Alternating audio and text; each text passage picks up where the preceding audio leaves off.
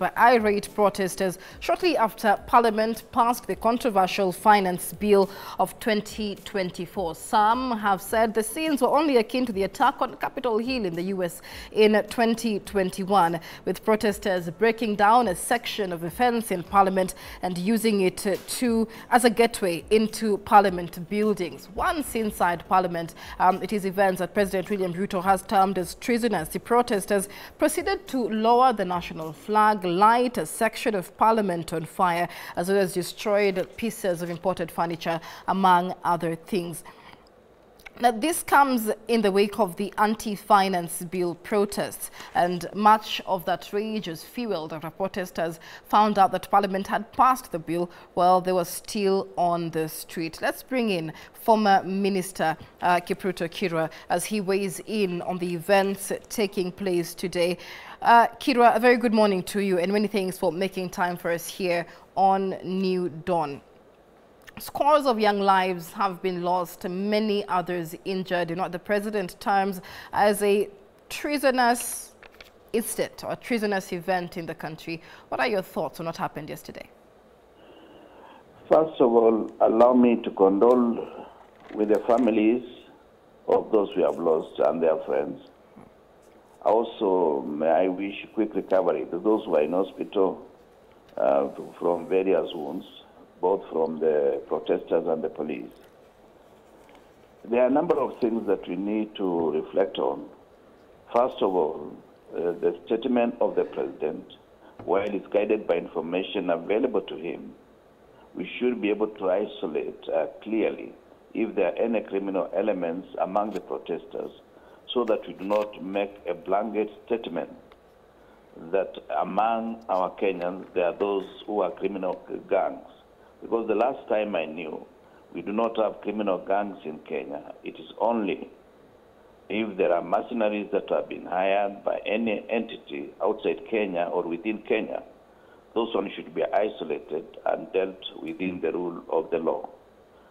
The second issue is that we do expect any administration to act with a lot of restraint, including effective deployment of those who are supposed to quell riots, because under the understanding that we know within the Constitution of Kenya, no deployment of the military, whether within or without, should be done without approval of Parliament. So for the military to have been released last evening to support the police is an act that is right, but should have been done within the confines of the Constitution for purposes of ensuring that we act within the law.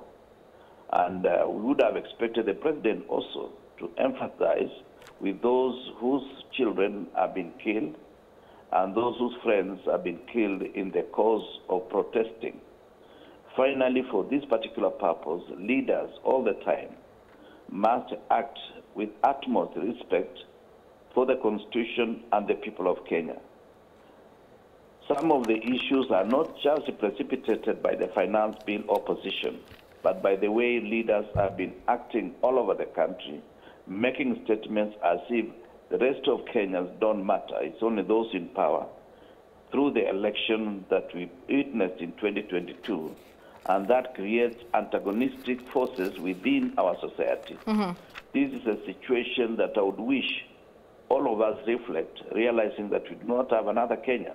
If we lose this country, we lose it once and for all. And you mentioned one important thing, that leaders must act with responsibility and must show respect to the Constitution and to the people as well. And so many have asked the question whether it was necessary for Parliament to debate and pass the bill as hastily as was done in light of the current atmosphere, nationwide anti-tax protests, because we saw protesters in 35 out of 47 counties. Was it necessary? Could Parliament have prevented, perhaps, what happened yesterday?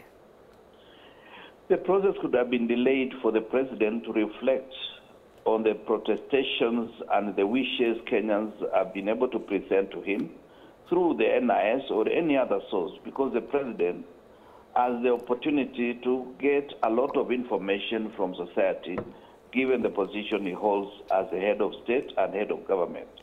this could have been delayed for purposes of consultation.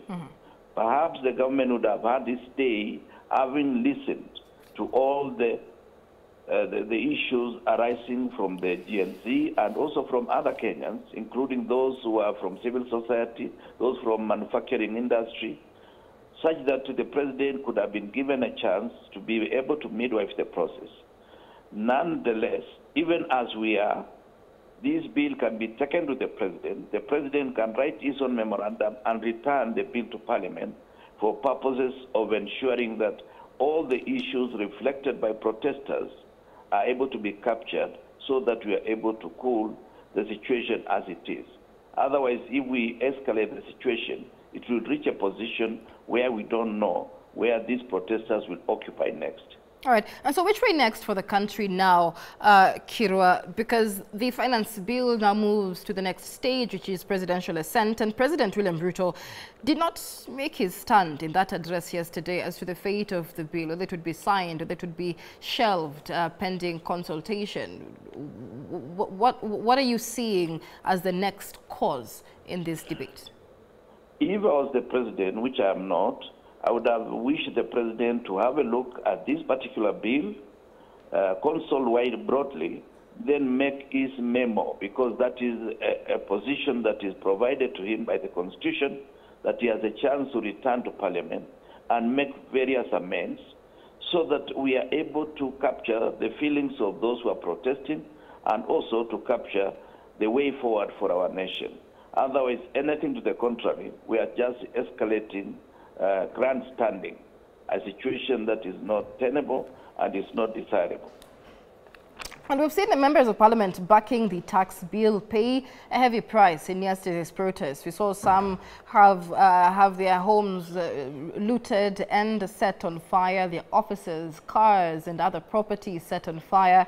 We saw a few on social media who'd been roughed up by members of their constituents, and it is actions that are pointing to a rise of public anger.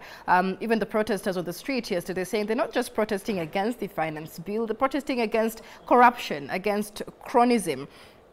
What do you make of the attacks on MPs backing the bill and where this is likely to lead the country? It is unfortunate, and it is akin to a situation that was precipitated in 2007, where those who are on PNU and those who are on ODM side became antagonistic all of a sudden. Even brothers and brothers were set against each other. Some of the teachers were taught, some of the students were set ablaze because of the way we have allowed this situation to escalate. I remember that particular time, it was over a period where there were issues of 41 against 1. This time round, the leaders have been talking without any measure of respect for the public. It's only that the other day or 2 days ago that they seem to be changing tune, calling the protesters our children. Otherwise, initially, they were calling them GNC are people who do not have direction. So it is unfortunate, and I just beg all the leaders, starting with the president, that let us allow sanity to prevail, because this country is ours. All right. And finally, Kira, perhaps the call now is for dialogue to ensure a win-win situation for both the people and the government. However, there seems to be a huge breakdown with regard to trust. The lives lost yesterday outside Parliament had essentially, I mean, we had notice prior from the Ministry of Interior that there would be police action should there be an attempt to enter installations such as Parliament. However, even before the protesters got there, as soon as the protests began, we already had several issues of gunshots, excessive use of force, not really protection as had been promised by Kenyans. Add that to the fact that the finance bill was passed hastily as protesters were on the street, despite the extension by President William Ruto for dialogue to reach a win-win situation. What do you make of this increasing lack of trust, the amount of doublespeak that we've seen from the government, saying there's freedom of expression, but so far 50 organizers of the anti-tax protests have been abducted? It is a sign of, as you said, absolutely you are right, it is doublespeak, because you would have expected when the president talked in Nyandarua on Sunday, Monday there should have been a further statement to reflect the thinking of the president, the thinking of those in government, instead of issuing threats. And I would want to advise my good friend, Professor Kindiki, that many ministers like him, be it in Egypt, in Libya, or any other place for that matter, will be held directly responsible for making statements that will precipitate the disaster that we saw yesterday. My request to the government of the day, because they hold the biggest key to the situation that is prevailing now, is to ensure that they calm down and they climb down and they talk to the people of Kenya. Let them make statements that demonstrate that they mean what they say. Mm-hmm. All right, many thanks. That is former Minister Arap Kiprotich Kirwa there speaking to us on the deaths and mayhem witnessed yesterday as protesters breached Parliament buildings in protest of the tax bill of 2024. I'd like to hear your thoughts on the current happenings. Do speak to us on X at K24 TV. The hashtag is New Dawn. Our SMS feedback line is 21222. We'd like to sample your thoughts and comments, especially if you are part of these protests and are you're just watching the protest, where you think this is likely to lead the country. In studio with us as we analyze what's happening is Vivian Ta, who is a communications and public affairs expert. Vivian, a very good morning to you. And thank God we're here, right? Because there are people who did not go back home yesterday. Let's look at what's making headlines on the dailies. On the Standard, it says deaths and mayhem. On the Nation, it says pandemonium. Quite a big word, but the pictures tell it all. What did you make of the proceedings yesterday? Where do I even begin? I think first I want to condole with the families and friends of those who lost their lives. It's very painful. I think I'm hurt, I'm angry, I'm very disappointed, and very few words can express the actual emotions that I'm feeling right now. This flag, I had it on the streets, and I carry it proudly. I carry it proudly because I'm Kenyan and I stand for everything that's Kenyan. And the truth is, as a Kenyan, we want peace. We want peace because peace is how we succeed. Peace is how we move our lives along. We, as Kenyans, we are not alive. We don't work just so that we can pay taxes. And it's very sad that when, as young people in this country, we bring these conversations and let our voices be heard regarding the governance decisions, regarding decisions being made by, government, the executive and the legislature. Young people who are unarmed are shot down by snipers deployed by the government. Things that you only hear about that should be set against terror groups like Al-Shabaab, for example. But here are young people who are unarmed, who are just expressing their level of disappointment with the government and with how things are being managed and governed. And you deploy snipers. I don't know who would do that. It's shocking. It's very, very shocking. And you take a look at the front page of the Standard newspaper's top page there, it shows the numbers, and there was 13 deaths, at least 13 protesters killed in the demonstrations across the country. 10 of them in Nairobi, 3 of them in Nakuru, and 1 in Kitale. Those who succumbed to gunshot wounds. But then there was more, about 145 who had been injured, 125 of those at KNH and 20 at various other hospitals. It's not clear whether this captures the entire country. But President William Ruto's address alluded to the fact that the largely peaceful protests had been infiltrated by organized goons who were there to disrupt the protests, seemingly justifying the police action at outside and within Parliament itself. What do you make of the violent turn, so to speak, in which the protests ended? I would answer that with a question. Was Evans Kiratu a criminal, an organized criminal? Was Rex Kanyike an organized criminal? The people who've been abducted from their homes at 2 a.m., Gabriel Oguda Osama, and all the others, are they organized criminals? And if they are, isn't it important to share this information and prosecute them? Because we say we are a country governed by the rule of law. Even if you're an organized criminal, shouldn't you be arrested and due process of the law followed? Is the way to handle organized criminals deploying snipers on tall buildings in Nairobi and shooting them down during a protest? Is that the way our law dictates that criminals should be handled? I don't think so. So I feel that the president, by the actions he's taken, and I'm very disappointed that he did not even take time to condole, with the families and the people who've lost their loved ones, or say anything about the very issue, the very reason why people went out to protest in the first place. He didn't mention anything about it. I believe if there are any criminal gangs that infiltrated the peaceful protests, then rule of law should have taken precedence. These people, through security agencies, NIS, DCI, and the rest, should have been, arrested and prosecuted as required by the law, not snipers being deployed on taxpayers' money to kill Kenyans.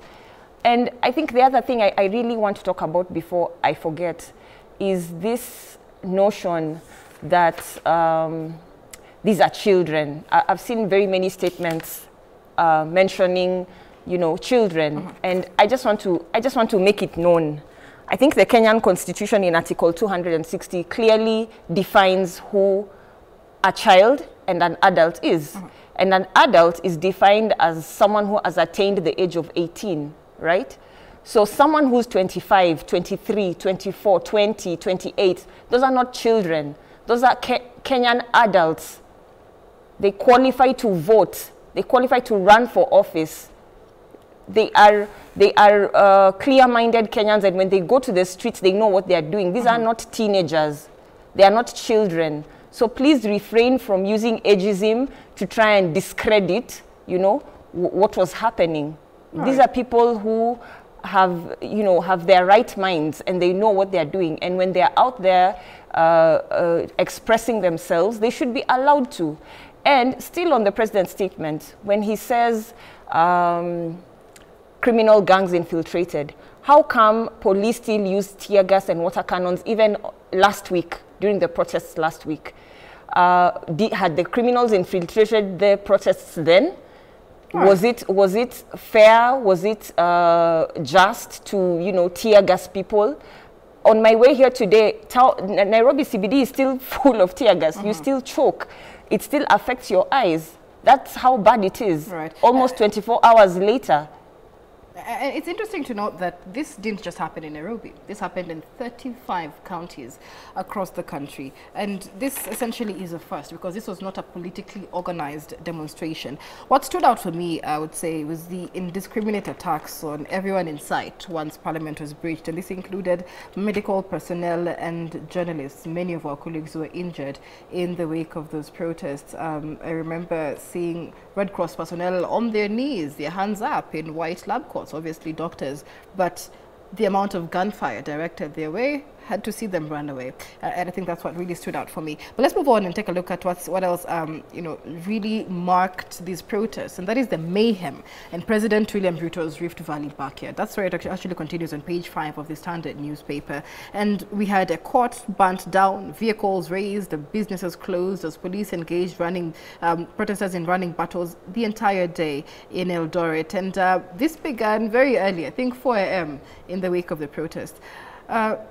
What does this say for a region that is deemed as the president's backyard? I think it's a clear red card. It's a clear vote of no confidence. It's a clear sign, like, if someone was to be able to, when you're told, can you smell the coffee, or, the writing is on the wall, it's a clear sign that President Ruto has lost the confidence of the people. Even the people from his very backyard are not satisfied with how he's handling things. What's interesting is just that still, even in his statement, he fails to show remorse. He fails to pull people back together. He fails to just listen, show that, I'm empathetic, I'm listening. Yes, there are certain things that may not have gone well, But, you know, this is our country. It's for all of us. We cannot be paying taxes to enrich a few individuals who go and flaunt this wealth that is from the people, you know. And I think this is what is enraging people. You know, everyone is thinking life is so tough. You want to increase taxes. We can barely survive.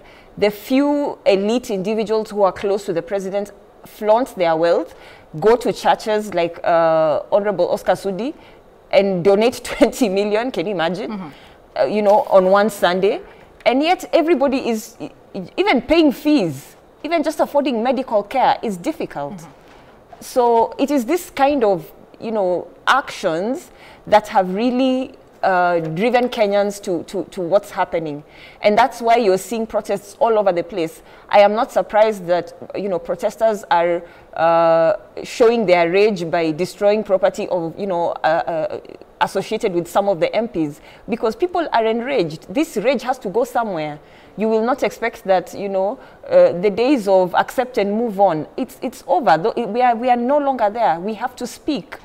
Yeah. All right. So I'll just take a break. But the question then would be, what next if it's not over? What's the next conversation we'll be having with regard to the finance bill and issues of corruption and cronyism that Kenyans are asking for accountability for? Let's take a break. When we come back, we'll discuss the uproar over the spike in cases of abductions by state agents, even as President William Ruto seemingly gives the ongoing debate on the finance bill a wide berth. As Kenyans were protesting yesterday, the president was opening an AU retreat somewhere in Naivasha.